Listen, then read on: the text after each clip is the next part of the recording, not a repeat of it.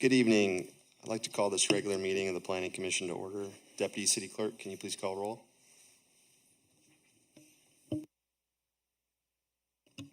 Commissioner Francis. Here. Commissioner Hopkins. Absent. Commissioner Jorgensen. Here. Commissioner Munoz-Morris. Here. Commissioner Wolkin. Absent. Vice Chair Khan. Here. Chair Quincy. Here. All right, we'll start with the flag salute.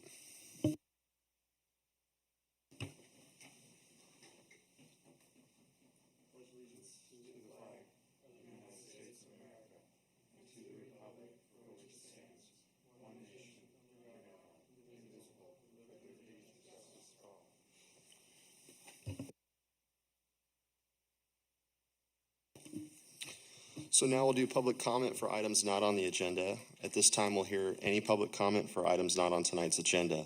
Items raised are generally referred to staff, and if action by the commission is necessary, may be scheduled for a future meeting. Deputy City Clerk, do we have any public comment? We have no comment for items not on the agenda. Okay, next we have our consent agenda. Deputy City Clerk, do we have any public comments on the consent agenda?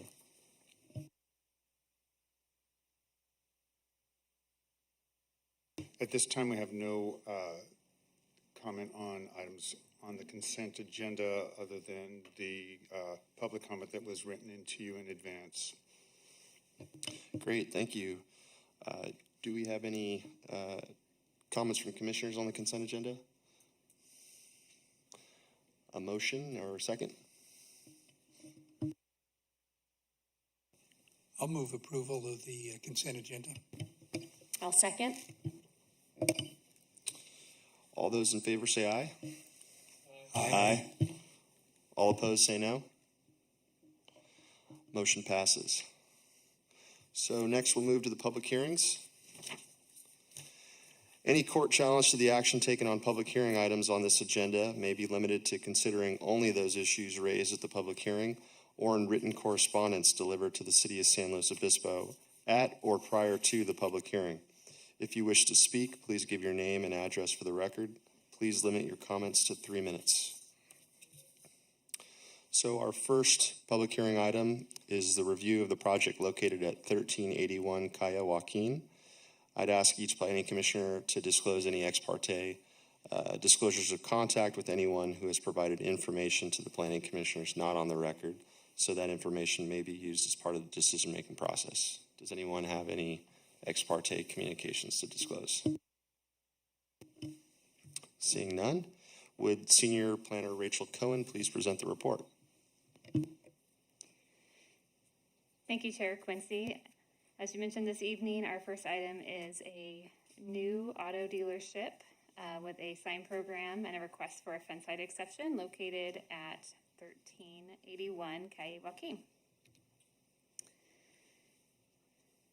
Staff is recommending that the Planning Commission adopt the draft resolution approving the architectural design of the new auto dealership on Calle Joaquin. Project is located at 1381 Calle Joaquin. It's a 2.84 acre site. The site is zoned tourist commercial with a special focus overlay that does allow car dealerships. The site is adjacent to Highway 101, a new hotel and city farm, as well as some other car dealerships. The project includes a new 30,000 square foot auto dealership with space for service, as well as a showroom and offices. And the applicant is also requesting a sign program to allow more signage for the site than and larger signage than allowed by the sign regulations. The project also includes a request to allow an 8-foot fence where normally a 6-foot fence is allowed. This slide shows the overall site plan and landscaping for the project site. This slide shows the elevations of the project. Overall, the project incorporates modern architectural elements with rectilinear forms, flat roofs, and large areas of glazing and storefronts. Materials include concrete panels, metal panels, metal canopies, and aluminum storefront. And overall, the project will utilize white and gray colors with accents of neon red. This slide here shows the 8-foot tall fence being proposed. It's an iron open picket fence. The applicant is requesting the 2-foot height exception to allow for increased security for the site.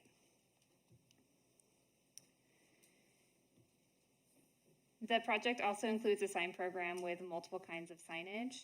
A sign program is required for the project to establish ongoing sign requirements and to ensure that signage is complementary and compatible with the development and the surrounding commercial district. As I mentioned, sign programs may supersede limitations outlined in the sign regulations and do not have to comply with the standards such as height, size, and number. Overall, there are 4 large signs proposed for the project that include 3 wall signs and 1 freestanding sign. And as proposed, the wall signs include more square footage than the sign program allows, and the sign program also requests signage for the charging stations that'll be located on the site, as well as for wayfinding and temporary window signs. On April 18th, the Architectural Review Commission reviewed the project, the sign program, and the fence height exception, and recommended the Planning Commission find the project consistent with the community design guidelines and the sign regulations. They also provided direction that the project should include additional articulation along the auto dealership's exterior, more northern elevation through the use of either colors, materials, and/or windows. So per that direction, the applicant has revised that northern elevation to include additional windows. And staff finds the revised elevation to be consistent with ARC direction and has included condition of approval number 2 in the draft resolution to ensure that plans submitted for the building permit include these windows as proposed, subject to the approval of the Community Development Director. So with that, staff is recommending the Planning Commission adopt the draft resolution approving the architectural design of the new auto dealership, the sign program, and the fence height exception. And this concludes staff's presentation, and I'm available for any questions that the commissioners might have. Thank you. Do any of the commissioners have questions for Ms. Cohen? Seeing none, is there an applicant presentation? I actually don't see the applicant, and they were supposed to be here, but I'm not sure if they were unable to make it. So, Okay. Do we have any public comment for this item, Deputy City Clerk?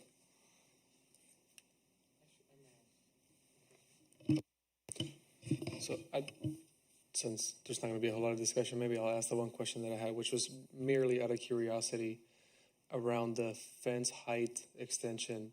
So 6 foot is the standard. They requested 8 for increased security. And can you just kind of speak to me as to kind of the reasoning behind that, or is it okay? Does it warrant the increased security? What was the kind of determination? Just yes, curious. so the 6 foot is what our zoning regulations allow, but our zoning regulations do allow for applicant to request fence height variations.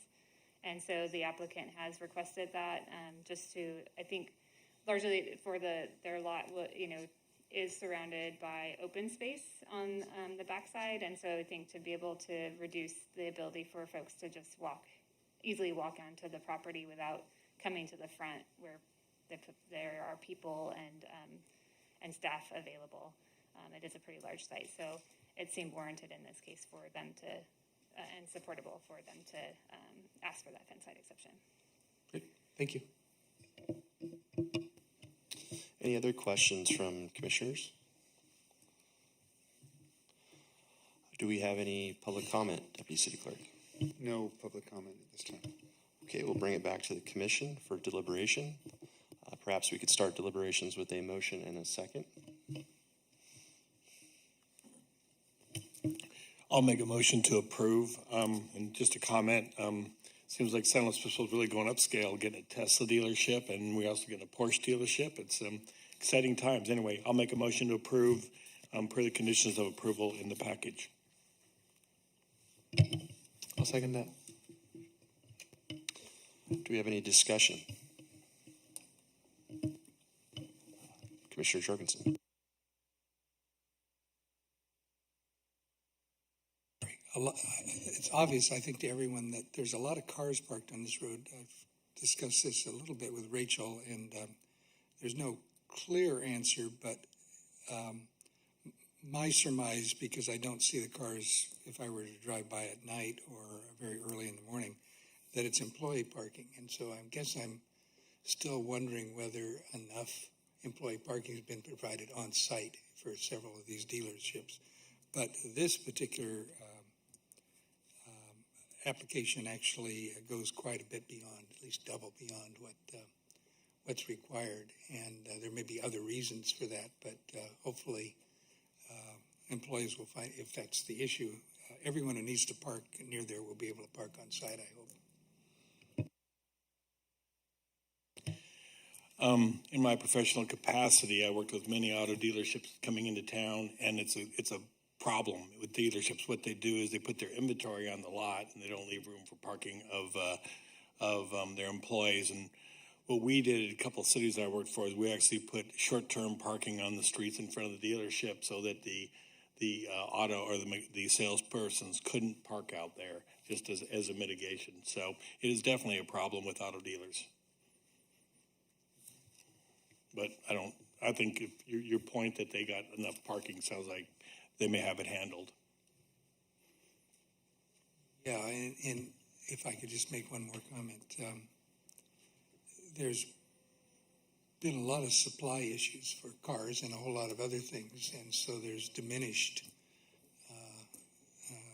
numbers of cars available for sale, in fact, for most of these dealers. So that didn't seem to diminish the parking on street at all whatsoever. So maybe they're reserving those spaces for some future hope of cars coming back. Yeah, it could just be a habit. The employees were always parking in the street, so they really didn't change their habit once there was room on the lot.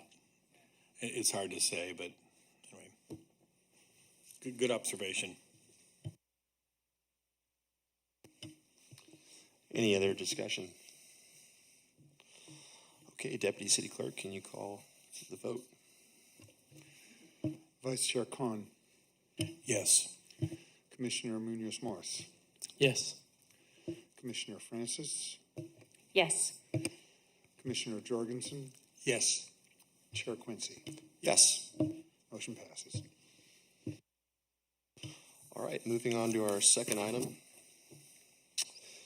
We have a public hearing item before us to review an appeal for a project located at 2406 and 2414 Johnson Avenue. Do any of the commissioners have ex parte disclosures to disclose on the record? No. Seeing none, would Senior Planner Rachel Cohen please present the report?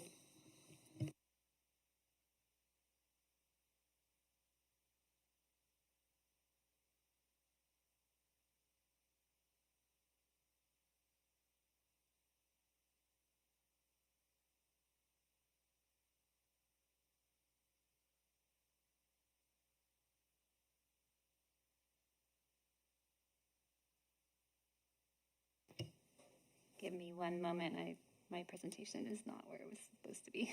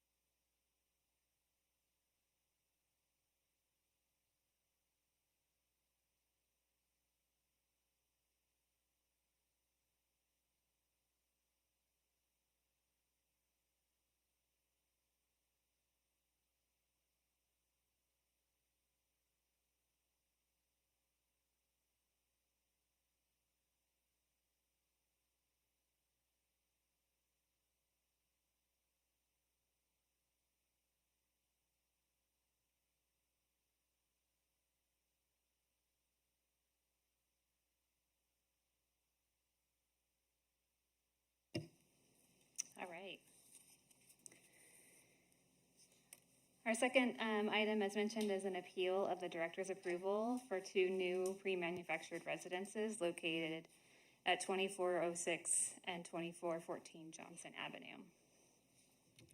Staff is recommending the Planning Commission adopt a resolution denying the appeal of the director's approval of the project. The site is located off of Johnson Avenue, as shown here on this slide. There are 2 parcels, Parcel 1 and Parcel 3, that are proposing new residential units. Both of the parcels are accessed from a common driveway, and currently those lots are vacant. Both of those sites are zoned for R1 development. The project site was approved for a subdivision in 2010 after it was appealed to City Council. The proposed development project was reviewed by the ARC in February of this year, who recommended unanimously 5-0 that the proposed project was consistent with the community design guidelines. The Community Development Director approved the project in March based on the ARC's recommendation and the findings and conditions included in the approval letter that was included as part of the staff report. The project includes 2 of the same design pre-manufactured 3-bedroom craftsman-styled single-unit residences on 2 separate lots. The structures utilize vertical and horizontal siding, gable roofs, porches, craftsman-style door, column features, and window trim.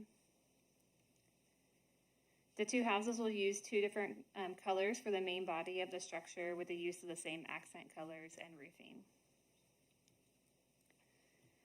On March 28th, the appellant submitted an appeal to the director's approval based on 3 main areas. That is of non-compliance and violation of the conditions of the subdivision, non-compliance and inconsistency with the community design guidelines, and that the ADU is inconsistent with objective subdivision conditions and the California State Subdivision Map Act. In the following slides, I will highlight the appellant's comments and staff's responses. Comments and responses have been summarized for brevity, so please see the staff report for any details, for full details.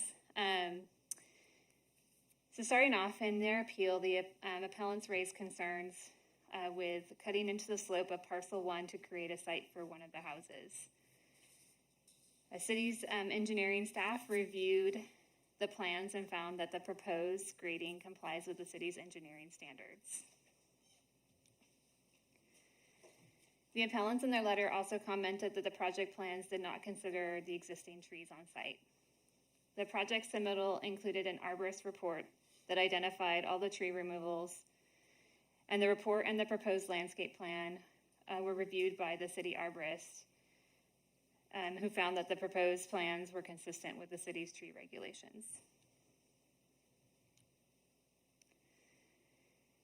The appellants also state that the prefabricated units do not have any character or identity within the neighborhood.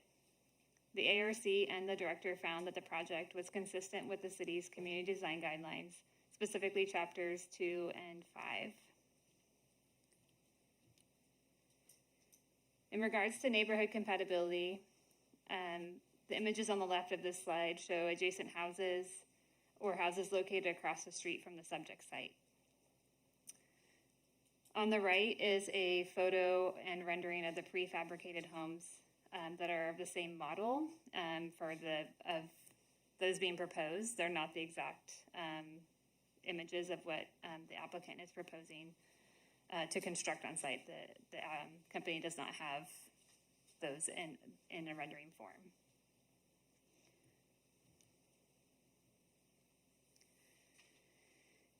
I also want to note that there are no prohibitions within the city on pre-manufactured residential buildings, and they have been successfully installed and constructed on other sites within the city. Parcel 3, as noted by the appellants, does not have the same height restrictions as Parcel 1, which is required to have a elevation height of just over 400 feet. However, the R1 zoning does have restrictions on overall height and coverage, and although a residential unit on Parcel 3 could be constructed taller, it may or may not require less landscape removal or site disturbance, depending on the overall size of the unit. As proposed, the project is consistent with R1 property development standards.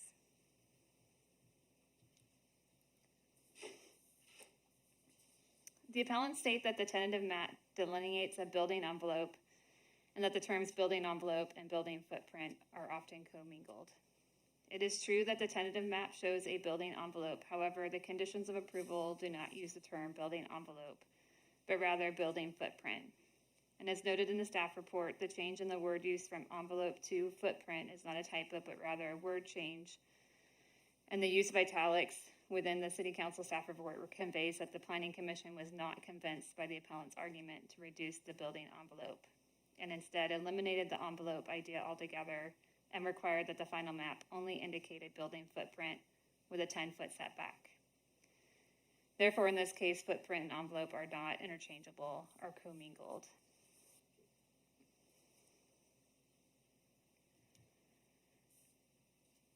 The appellant's letter outlines concern with parking for all parcels that are accessed by one driveway that may cause issues with fire vehicle access.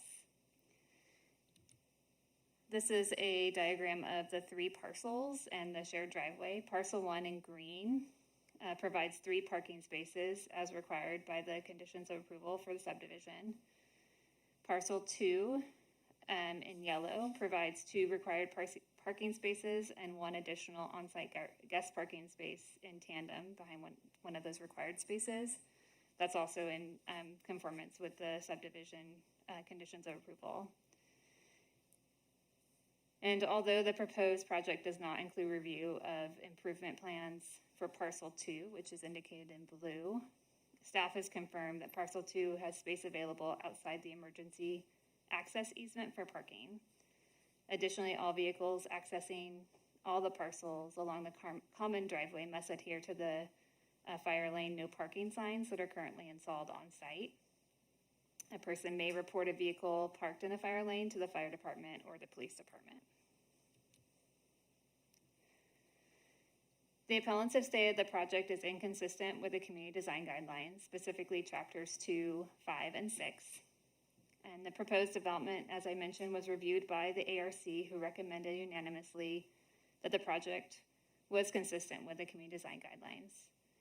The director made the same findings that are outlined in the director's approval letter. The appellant also notes inconsistencies with open space and natural features, retaining walls, landscape design guidelines, and grading, as discussed in Chapter 6 of the Community Design Guidelines. And these design guidelines must be considered along with specific city standards and requirements. And as noted, engineering staff and the city arborist have reviewed the project and as condition found that the proposed grading activities, including the use of retaining walls and the tree removals and the replantings, are consistent with the city's engineering standards and tree regulations. The appellants state in their letter that the ADU does not apply the objective design standards established in the conditions of approval of the subdivision.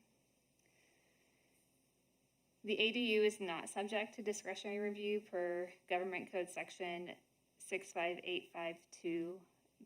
The ADU is included as part of the project description to provide overall information and context regarding the 2 new houses being proposed.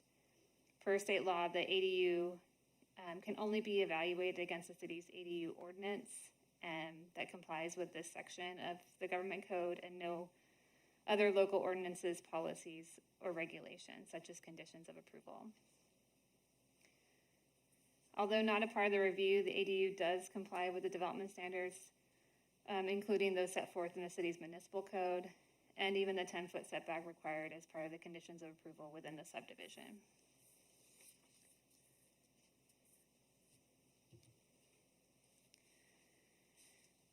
The appellant states there were comments indicating the project would be affordable. However, the proposed project will be rented and no deed restrictions are proposed. The staff report and the presentation by staff did not identify that any of the units were affordable or required to be affordable. Although the project does not and is not required to provide deed-restricted affordable units, it does provide housing and is consistent with the city's major city goal regarding housing and homelessness, as well as the housing element, which both focus on facilitating the production of all housing types. It's important to note the city does not evaluate housing based on the type, whether it is for sale or for rent, or on affordability unless the project is required to include affordable units.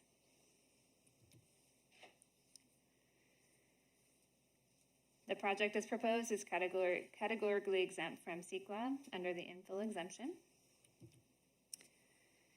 And as a reminder, for the Planning Commission's purview this evening is to determine if the project is consistent with the city's general plan, zoning regulations, community design guidelines, and other applicable city development standards. Specifically, for this appeal, does the project comply with the conditions of the subdivision? Is the project consistent with the city's community design guidelines? As noted previously, no discretionary actions may be considered regarding the ADU per state law. So with that, staff is recommending the Planning Commission deny the appeal of the minor development review approval for the 2 new pre-manufactured residential units. And this concludes staff's presentation, and I'm available for any questions the commissioners might have. Thank you. Do we have any questions from commissioners? I did have one brief question, and we briefly discussed this before the meeting, but can you address the Housing Accountability Act and basically our authority within that, given the project?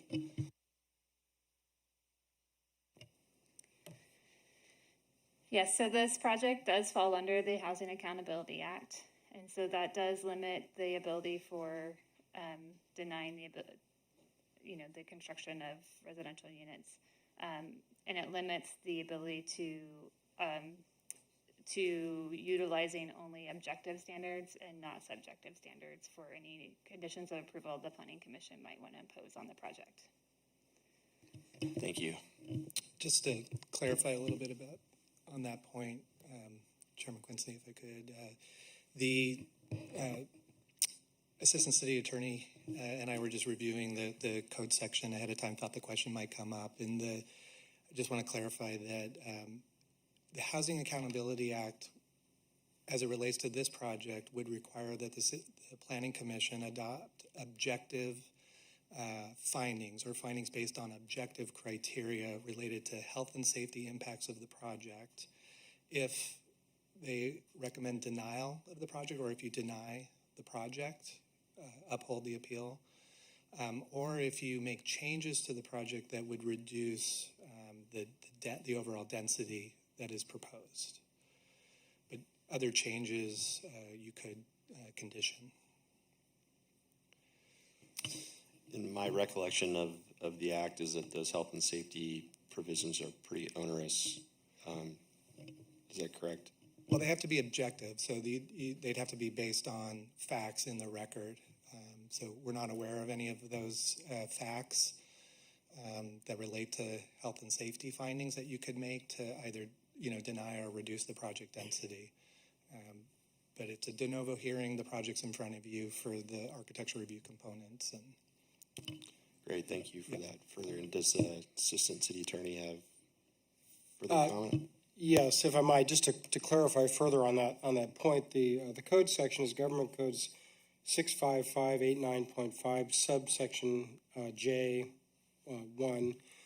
and if the commission was to either deny the project or impose a condition that the project be developed at a lower density, as the Community Development Director Codron noted, the commission would have to make a specific finding that there's an adverse impact upon public health or safety unless the project is disapproved or approved upon the condition that it be developed at a lower density. And the code provisions or the statute states, as used in this paragraph, a specific adverse impact means a significant, quantifiable, direct, and unavoidable impact based on objective, identified, written public health or safety standards, policies, or conditions as they existed on the date the application was deemed complete.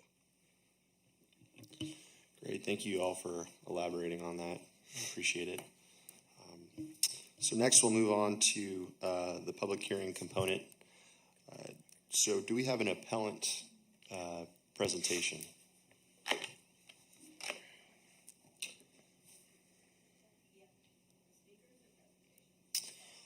Well, the way it's structured is that the appellant will get 10 minutes and then the applicant gets 10 minutes. And then you can reserve that time however you'd like. And then there's a public comment section after.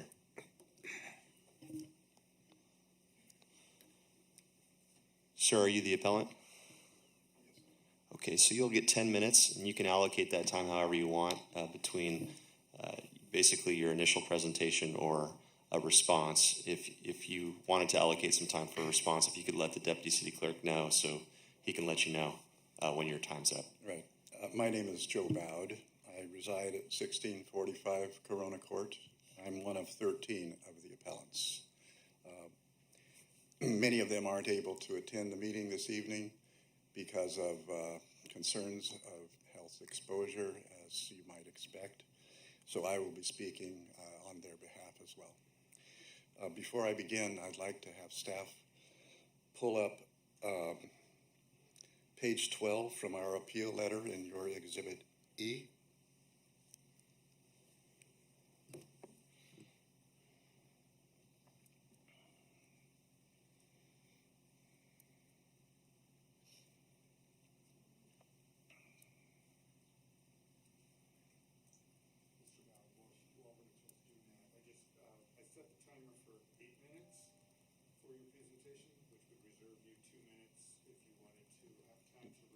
Yes.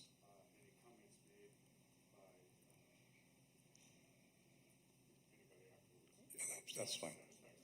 Yeah, I should be able to say what I need to say within that time period. There are other of the neighbors that have some comments as well, and I understand they're allowed to speak 3 minutes.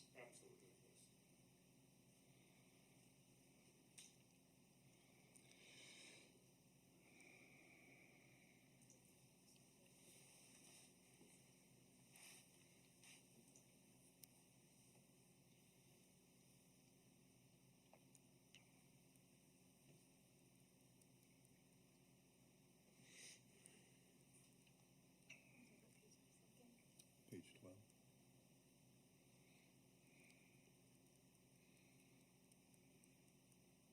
Exhibit A. Or maybe it's B.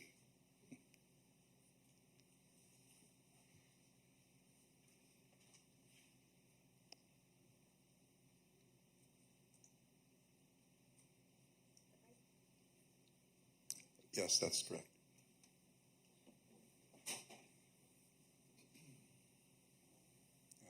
You might also be prepared to scroll to the next page in a moment.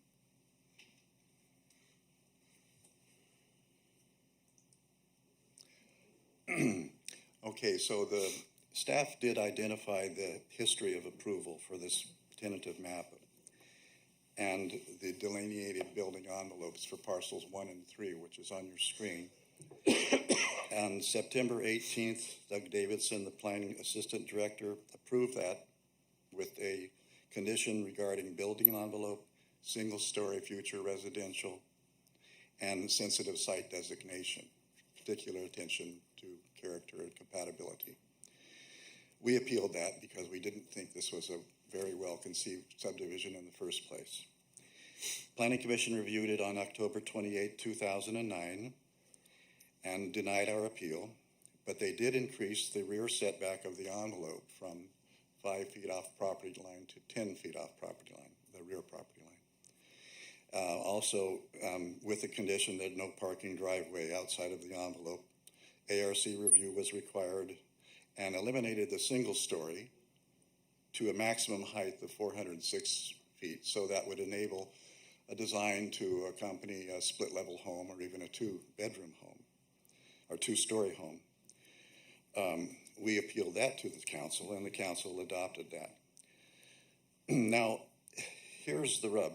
The council staff report seemed to imply that the building envelope was eliminated there was no language, no statement, and the only person in this room other than the appellants and the applicant that were there is Michael, you were there, and the Planning Commission did not say that this eliminated the building envelope. They simply shrank the building envelope by 5 additional feet. That still enables this project of 6,000 plus feet of the building envelope or building footprint. Now, the final map that was recorded 7 years later did not show this building envelope. And I checked in with Bill Dyer Engineering, who processed the final map, and he told me that building envelopes are not necessarily shown on final parcel maps, but the city keeps a file on them and would require them to be honored or modified through procedure. So the definition of envelope is the area where a future building might occur. A building footprint is everything within the controlled space of a wall. Okay, so 12 years later, we're here, and now we're talking about the structure within the building envelope, okay? So no structure was contemplated 12 years ago. There was an envelope that was being contemplated, and it was approved. Okay, so the building envelope was adopted. The application before you does not show an envelope on this proposal. It shows a building. Now, whether it's within the envelope, I don't know, because there was no envelope shown on the proposed plans. So now I would direct your attention to the appeal package on city design guidelines that we've contained on pages 5, 6, 7, 8, and 9. Now, there was not much analysis in this staff report about the consistency. The only comment that I can find is that we have no problem with consistency. Well, here's some of the more blatant violations of the city's design guidelines. Page 6, site design, fit the site. Minimum change, this is a quote right out of design guidelines. Minimum changes to natural features rather than altering a site to accommodate a stock building plan. Existing topography should be preserved where possible. Excess cuts or fills avoided. The staff statement that grading was reviewed and approved by engineering, that's fine. Engineering can solve lots of problems, but it doesn't solve that particular guideline problem. Open space and natural features. Development on hillsides should follow the natural terrain contour. Stepped building pads, larger lot sizes and setbacks used to preserve. Page 8, top. The retaining walls, 5 feet and higher, should be divided into 2 or more shorter walls, excuse me, with the upper portion set back from the lower at least 2 feet. Long, monotonous walls should be avoided. Fences and walls should be offset every 10 feet. This particular project shows over 200 linear feet of retaining wall, 5 feet off of the property line setback, with a 6-foot high wall and requiring an 8-foot cut. Now, just to visualize that, that's 1,000 plus cubic yards of material being excavated. That's over 100 10-yard dump truck loads. Okay, this is not just a little bit of a grading project. This is a massive grading project. And why? To enable the construction, placement of a prefab building. Tree and landscape removals that an arborist report was submitted, and it doesn't change the fact that every mature tree that's of significance would be removed. Grading. Hillside grading to provide a building site and driveway access should be minimized. Large single elevation pads should be avoided in favor of more careful site preparation that provides for stepped foundations and or smaller scale areas. If this project's approved, you might as well just throw those guidelines out the door, because they do not conform to those and many others that I pointed out in my appeal letter. Character and compatibility. Manufactured housing, this is the statement that was made by staff at the ARC hearing. Manufactured housing been successfully developed throughout the city. Well, I don't know of any other existing neighborhood from Buena Vista, Alta Vista, Freeney, High School, Flora, Sinsheimer, Railroad, any of them that have manufactured homes. Fontana down on Lower Higuera, yes, and the parks that have replaced older mobile homes with manufactured housing, yes, but no residential area that I am aware that has placed a manufactured home on.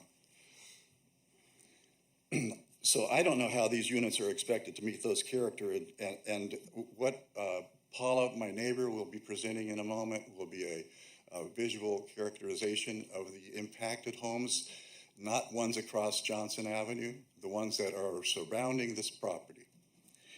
The ADU question is partially correct. ADUs are subject to conditions of a subdivision that was processed under the California State Subdivision Map Act. That Map Act is not trumped by ADU legislation or the city's ADU ordinance. And all of the conditions of that underlying subdivision conditions must be adhered to.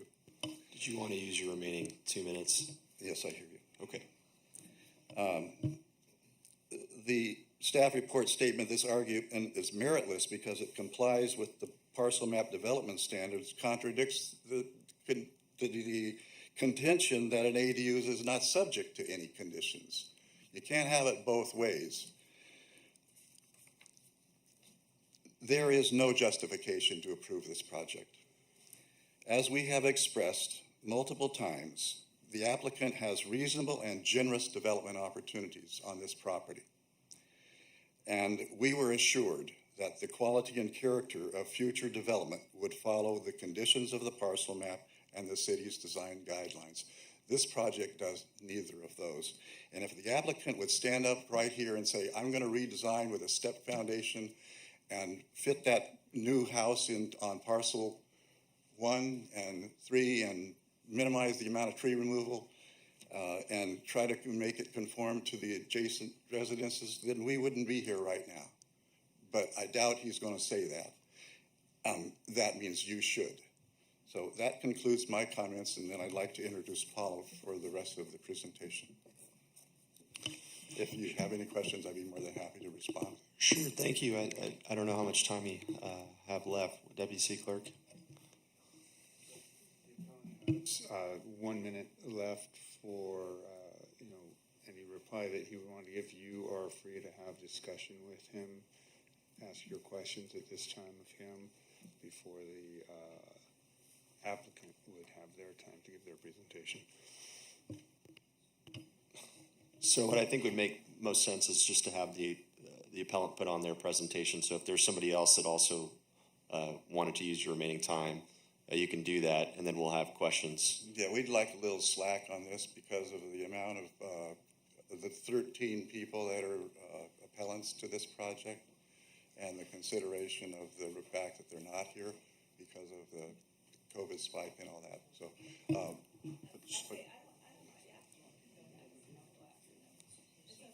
okay, the applicant, Paula, yeah. Okay, then that works for us. Thank you. Is that it for the appellant? Yes, and then, so as I understand your protocol, then the applicant will make a comment, and then it'll be opened up to other comments from anyone. That's correct. So the way it works is you did your presentation. We'll ask questions if we have any. Then the applicant makes their presentation. We'll ask questions if we have any. And then there'll be a public comment period where each person that gives public comment has 3 minutes. Okay. All right. Thank you. We are. So do we have any questions of the appellant? So, sir, if you want to stay up there, it looks like some commissioners do have questions for you. Is it okay to reserve questions for him until after we hear the whole presentation as well? I'm just wondering if I can come back to him later. Sure, we can structure it however we want. Would the commissioners prefer to? I'm just wondering if I can still ask mine later.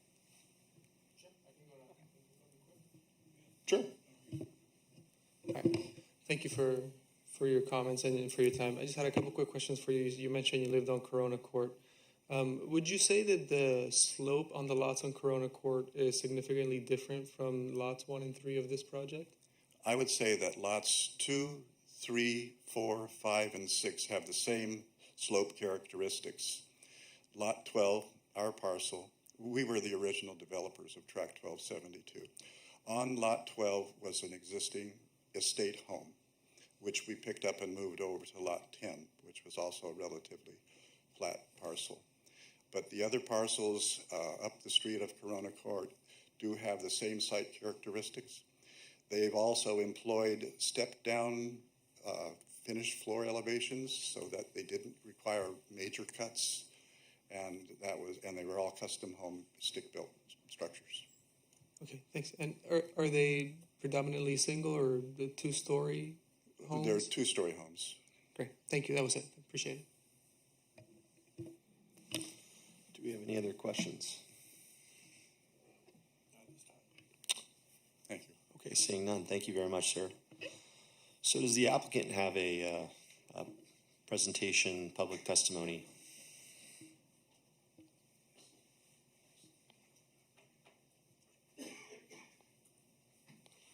Sir, you'll have 10 minutes. If you could just state your name. Thank you. My name's Jeff Spivak. I'm the owner of the properties 2406 and 2414 Johnson Avenue.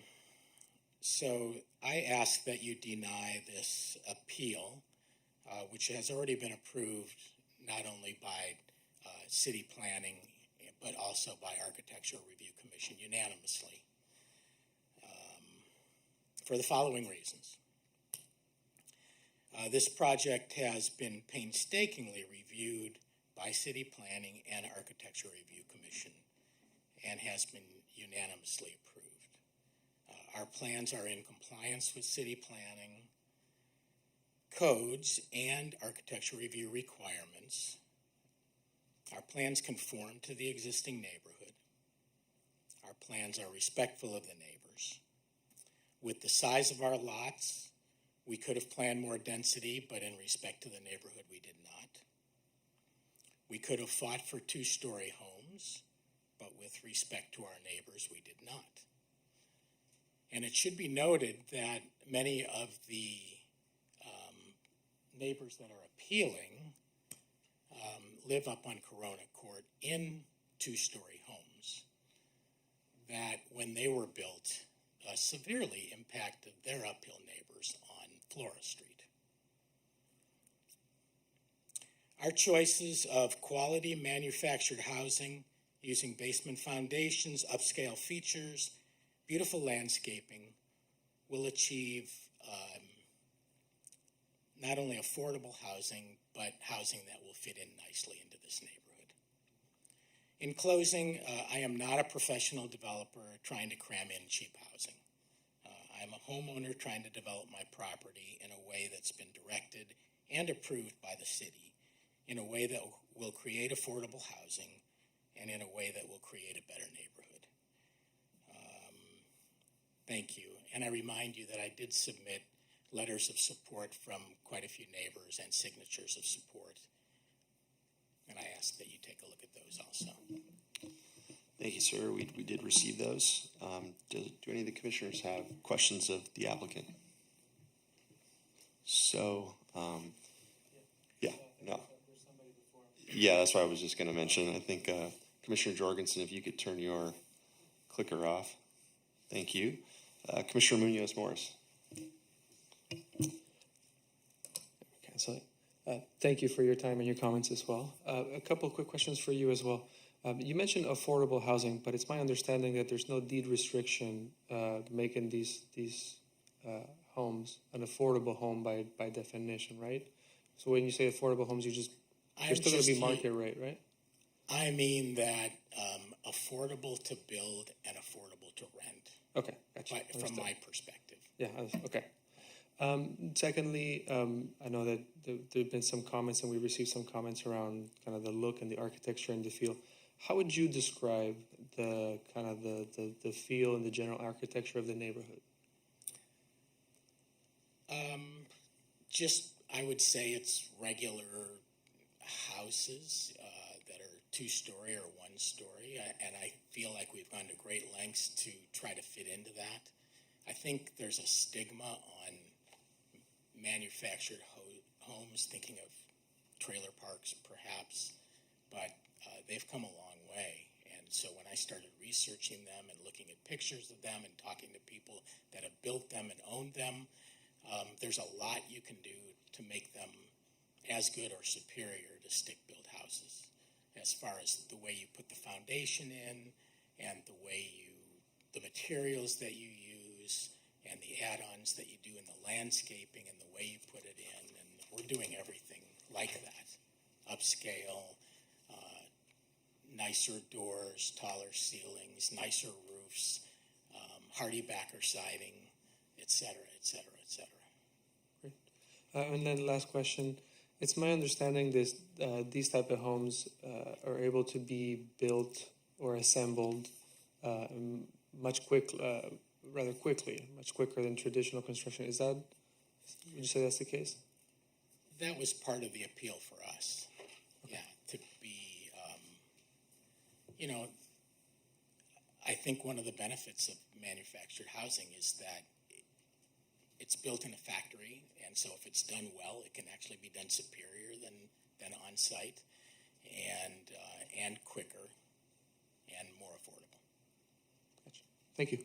Thank you. Do we have any other questions? Looks like Commissioner Francis.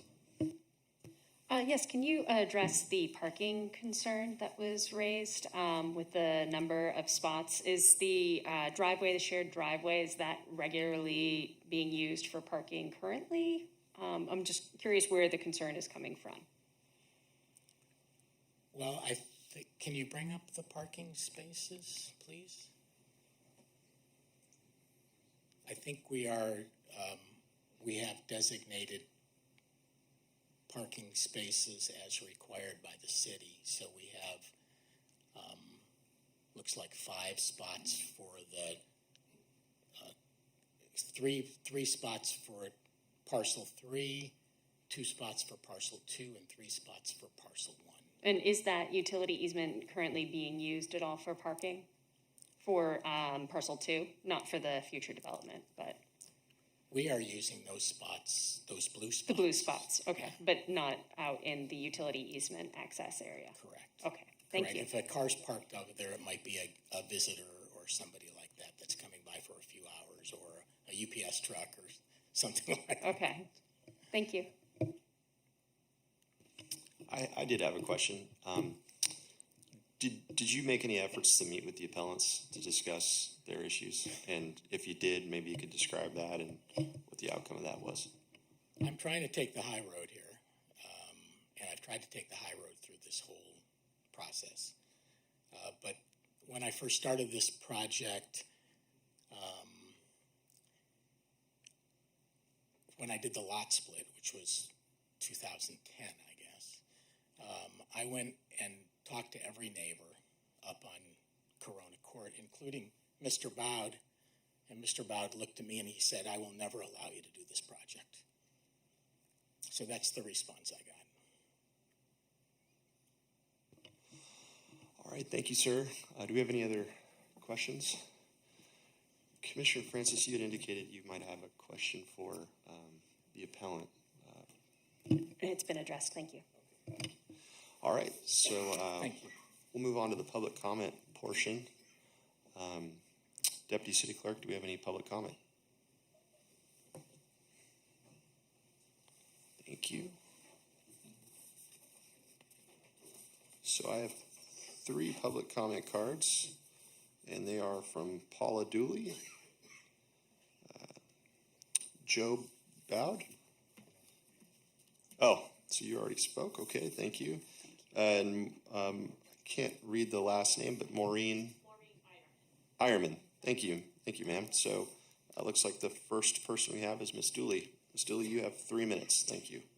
So I'm going to click it myself, this one, for forward. My name is Paula Dooley. My property is adjacent to the Spivak property to the north.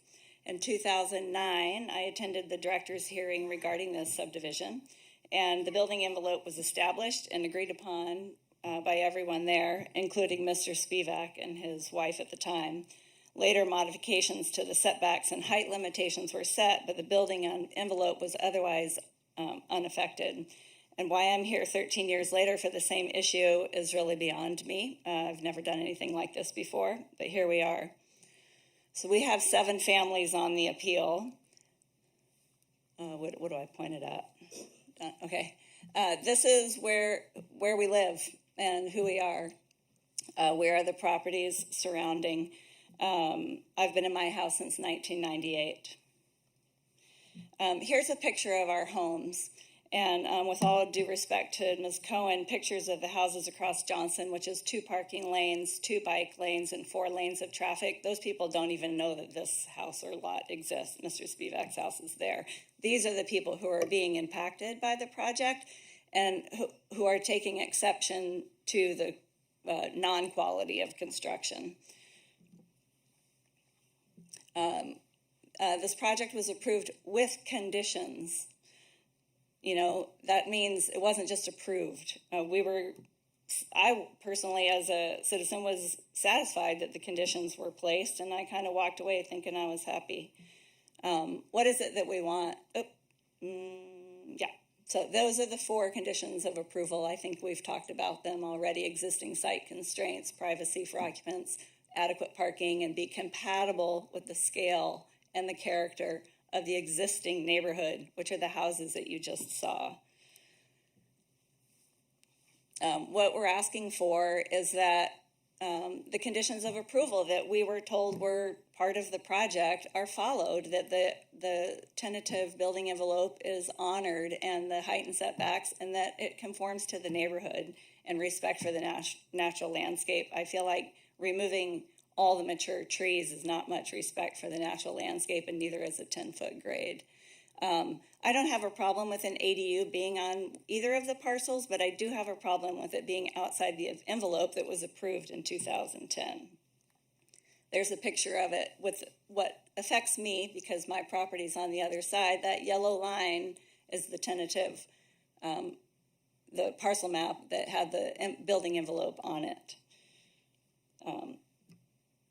We're not asking Mr. Spivak not to develop. We're asking him to follow what he agreed to in 2009 and 10. And this is a developer cramming crappy housing into an existing neighborhood. You may not do it professionally, but that's what's happening here. Oh, out of time. Thank you, Ms. Dooley. Okay, thank you. Ms. Ironman.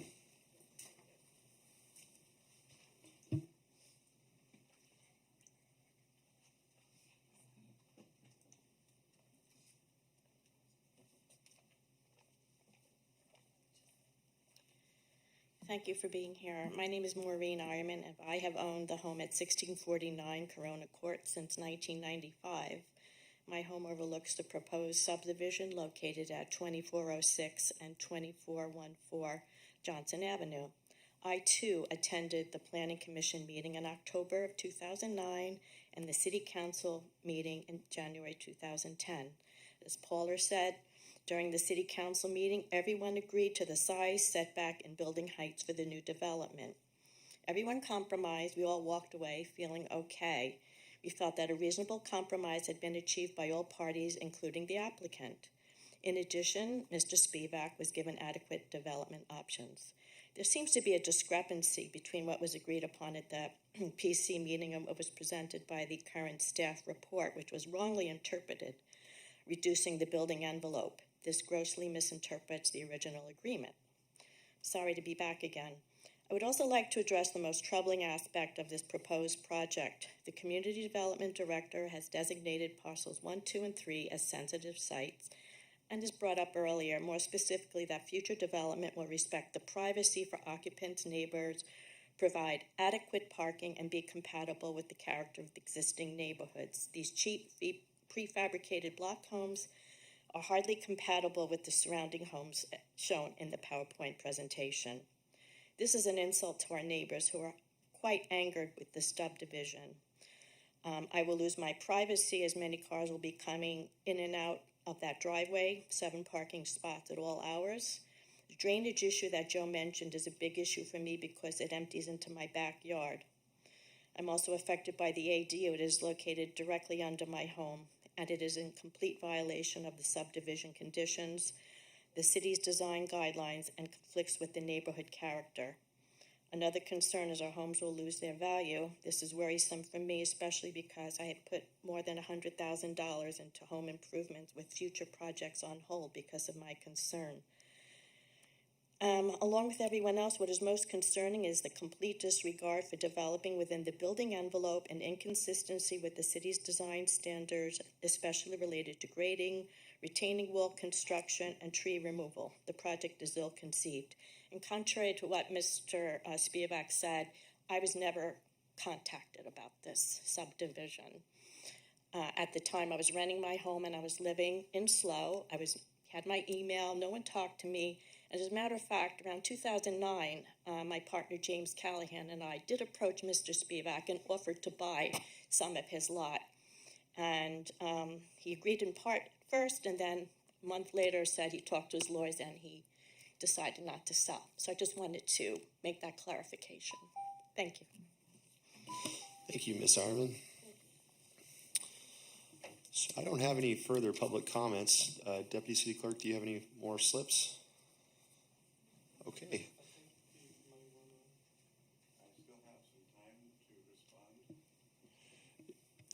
Yeah, really the time to have done that would have been after the applicant spoke, but you had about a minute and a half, so I think that's fine. Joe Bowd, 1645 Corona Court. Three things. One, the elevation is 406 feet maximum. That's the height of the ridge line. If Mr. Spivak wants to build a two-story house on parcel 1, then it must adhere to that. He can build one and step it down that hill slope. The comment about upslope properties along Flora Street, when we developed tract 1272, Flora Street was padded out at that same street elevation, except for the lot adjacent to, which would be lot 11, which has a retaining wall that was existing. Everything else was graded down with the lot 10 has probably a, 12-foot high retaining wall. And this was pre-existing to the lot. We did not develop it. It was there when we purchased the property. The comment about manufactured houses. Manufactured building products were never intended to be located on a 17.2% average slope. They require a flat building pad with an exterior wall that can't be waterproofed or structured. Otherwise, they could have it tucked into the elevation and step down. Thus, retaining walls are necessary. And that means a retaining wall that would enable the building code to be backsloped by the 3 feet at the 2% grade requirement. Thank you. Thank you, sir.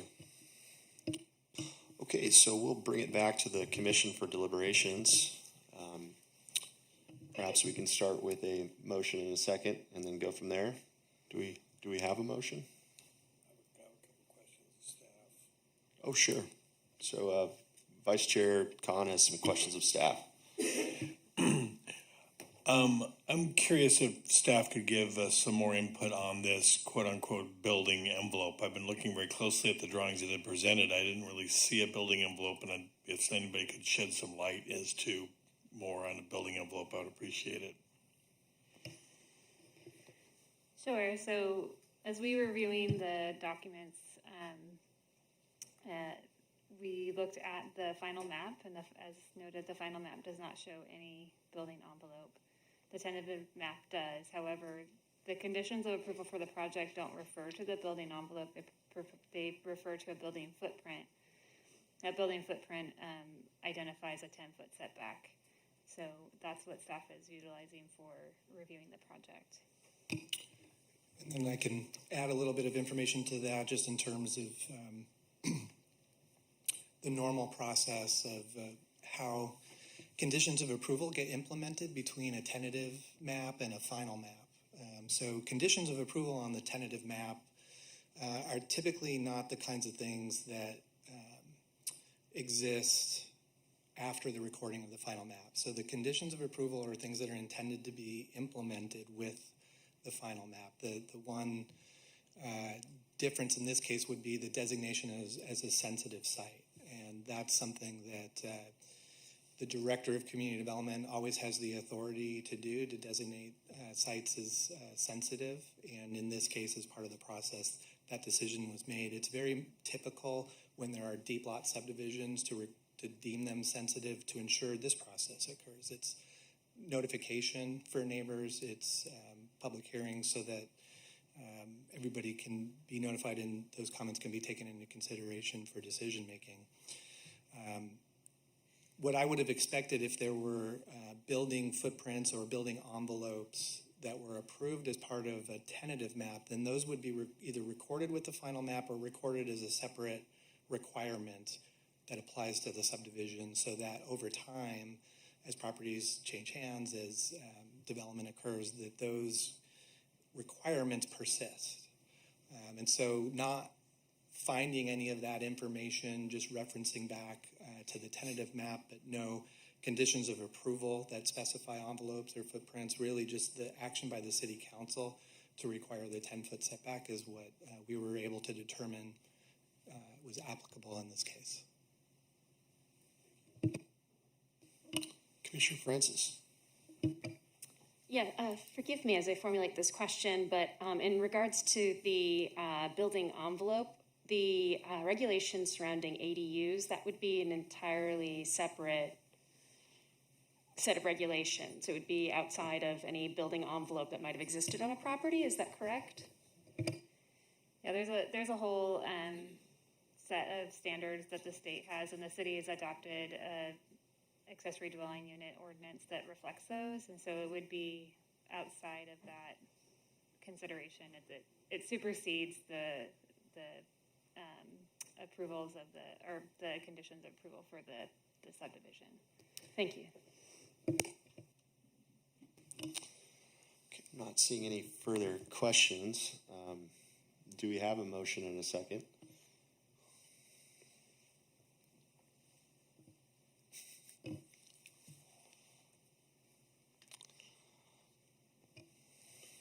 Commissioner Munoz-Morris. Yeah, I'll make a motion to adopt a draft resolution denying the appeal.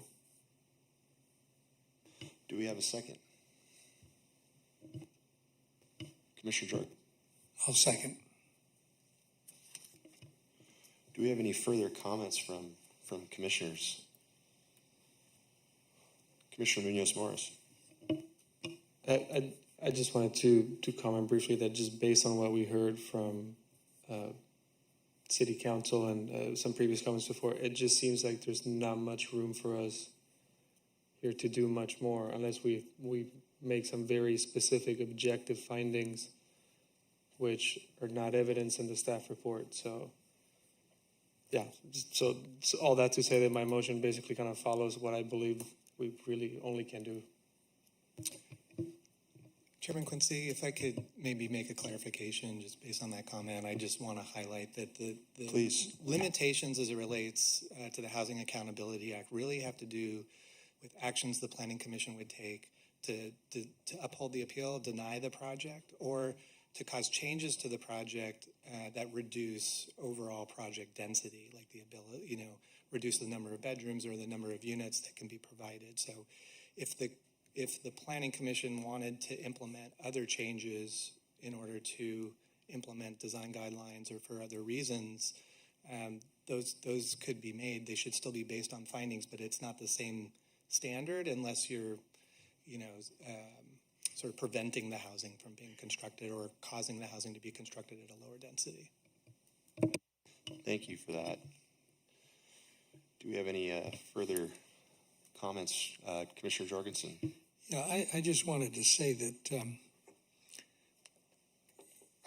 infill always seems to make good sense in the abstract, but when you actually get down to making it work, it's really tough.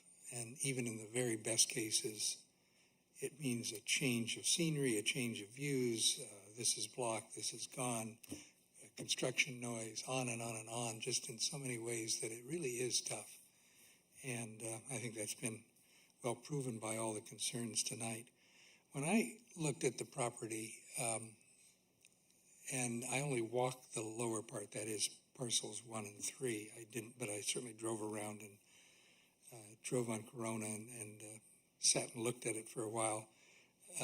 My own sense is that because mostly of the slope of the whole general area, this is now really in 2 separate parts. There's an upper part and a lower part, and that's certainly marked by that lengthy retaining wall. And so, as I walked on the lower property, as I'm going to call it, part of the subdivision, I really had the sense that one-story units with new landscaping and everything create their own little community there that really will be quite different from anything above, which is, frankly, one of the more attractive streets. Corona Street, to me, is a very attractive street from that whole part of, I guess you'd call it the Johnson Street area. So I'm really hopeful that that's the way this ends up, that in fact they are really different, and there's reasons for the difference, and I think the height restrictions are important not to further impede on people above, but I really hope this works out, I guess is what I'm going to say. Thank you. Thank you. Vice Chair Khan. I would also visited the site and walked the neighborhoods, and I would agree with all of your comments. I think your comments were well stated, and that's my comment.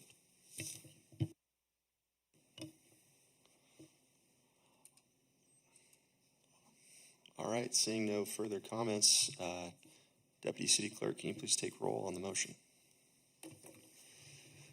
Commissioner Munoz-Morris, Yes. Commissioner Jorgensen, Yes. Commissioner Francis, Yes. Vice Chair Khan, Yes. Chair Quincy. Yes.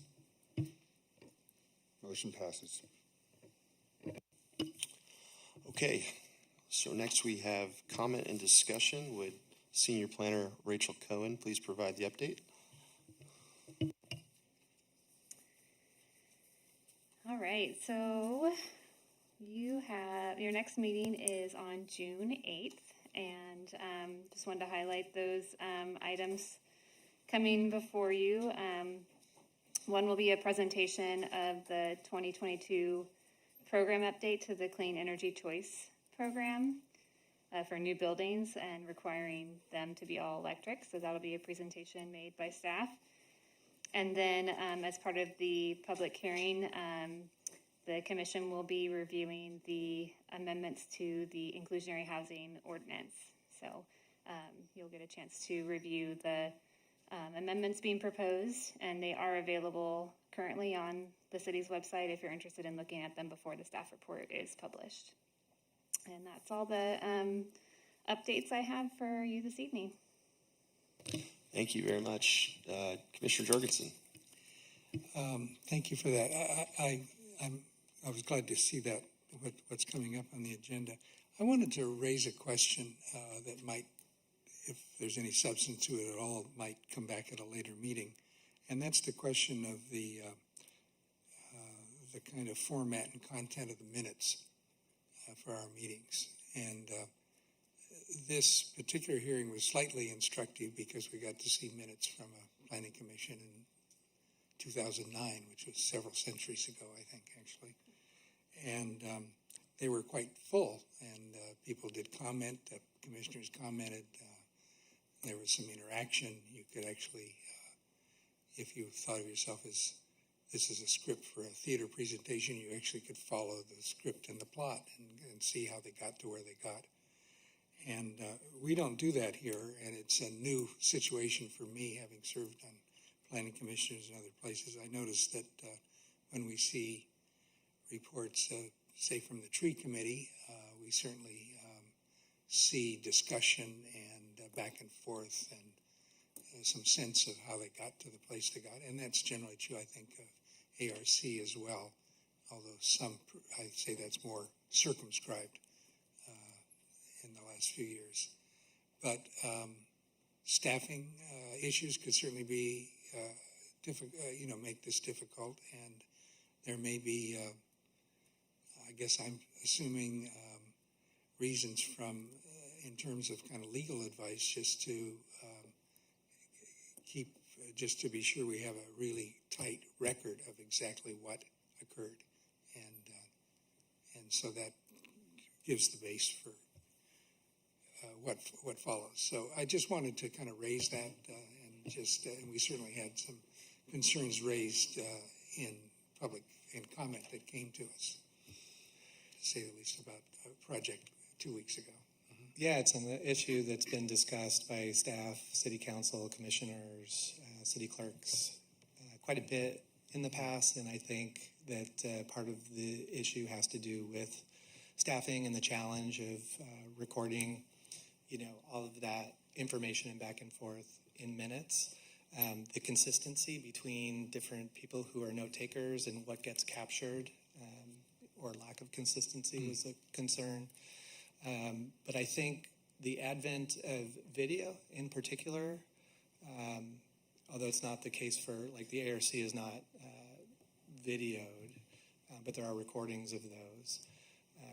But they have action minutes as well. So action minutes are the standard for the whole city right now. And with the Planning Commission and City Council, certainly the fact that you can go to the agenda item and specifically to that bookmark point in the video and watch it is something that I think helps offset the fact that we don't have detailed minutes. You just have the action minutes. And Kevin probably has been involved in a lot of these conversations over the years as well. Sure, I'd love to add to this. Let me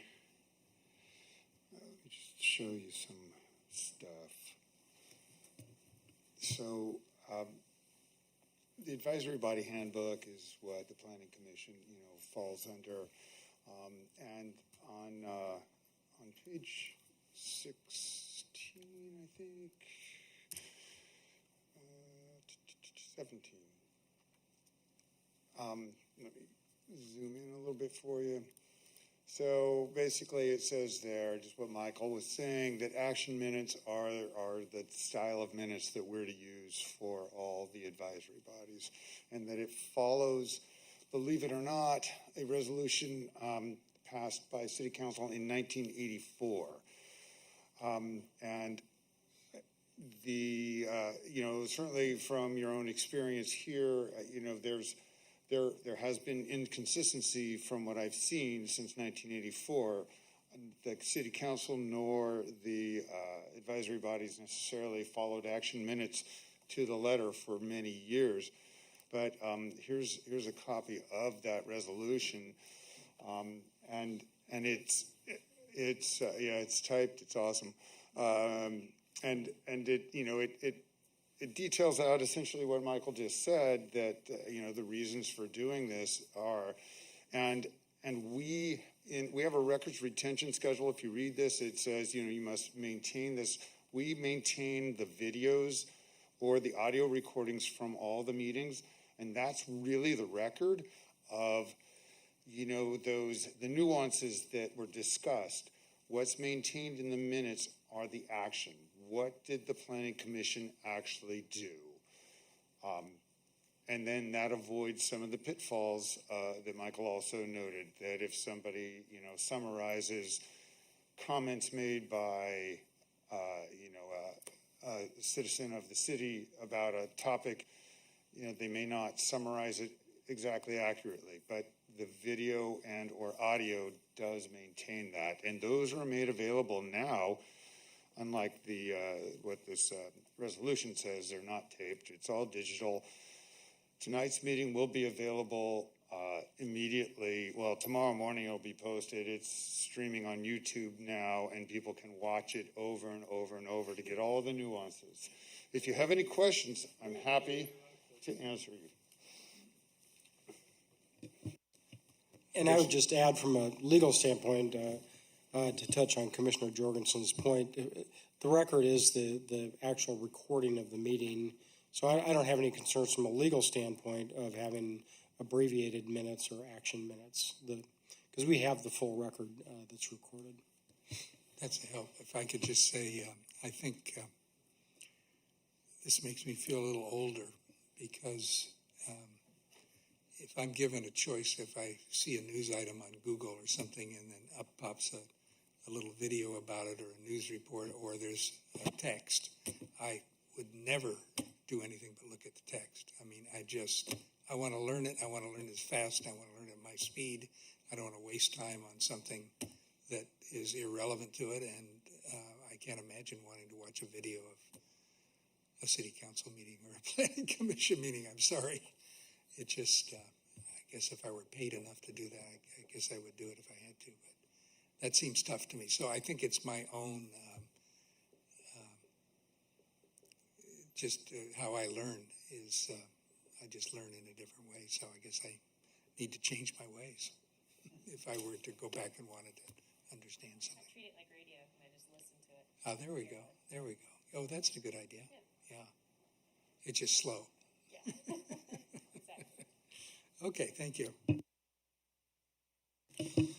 All right, we can go ahead and adjourn the meeting. The next regular meeting of the Planning Commission is scheduled for June 8th, 2022 at 6 p.m. here at the Council Chambers at City Hall, 990 Palm Street in San Luis Obispo. Thank you.